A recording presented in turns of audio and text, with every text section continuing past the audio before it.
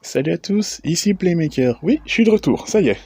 Et aujourd'hui on se retrouve pour la revue de l'épisode 35 de Super King. Bon, vous n'êtes pas passé à côté, oui, Shu s'est fait battre par Lane. Enfin. Ce dernier est revenu avec sa nouvelle toupie pour défier le dernier légende, et Shu a accepté. Depuis le dernier épisode, Shu est persuadé qu'il existe une part de lumière dans le flair de Lane, et en tant qu'entraîneur et légende leader, il devait accepter ce combat, et le vaincre. En parlant de ça, la revue de l'épisode 34 est une review écrite faite sur le site de Belle d'Espace, le lien est dans la description. Et au final, ce combat s'est fini sur un 14-0, c'est un bel échec. Ce qui m'a surpris dans cet épisode, c'est pas le fait que Lane ait gagné, c'est le fait qu'il ait combattu encore et encore jusqu'au chaos explosif. Parce qu'il voulait gagner comme ça et pas autrement. Ouais, Mar l'avait dit dans la revue de l'épisode 33, Lane à la haine.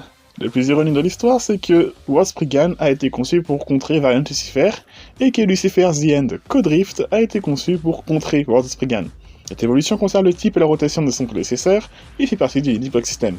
Afin de contrer les Counter-Wing, le Limit Break Ring The End agit en fait comme un rempart qui s'abaisse d'un coup pour frapper l'adversaire par le dessus, ce qui peut rappeler le Cyclone Wall de Blasted Genius.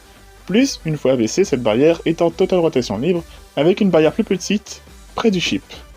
Son driver Drift reprend l'embout de Mobius avec une base massive pour la stabilité. Le chip contient du métal et aussi une partie en caoutchouc qui agit comme un frein de burst. En effet, Lane a gagné, mais se rend compte d'une chose. Une chose qui le démarque, selon moi, en tant qu'antagoniste par rapport à ceux des saisons précédentes.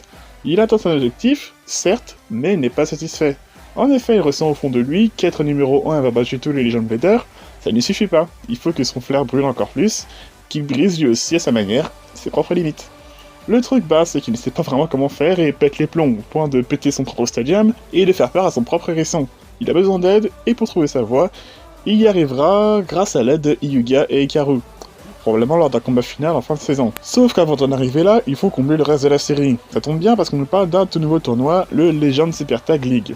Un tournoi semble-t-il par équipe de 2 fixe, je précise fixe parce que le Legend Festival, c'était des équipes de 2 changeantes.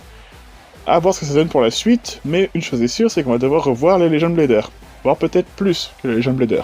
Mais ça, on verra plus tard. C'est très vite à présent terminé, on se retrouve très bientôt pour une prochaine vidéo, et je vous dis à la prochaine.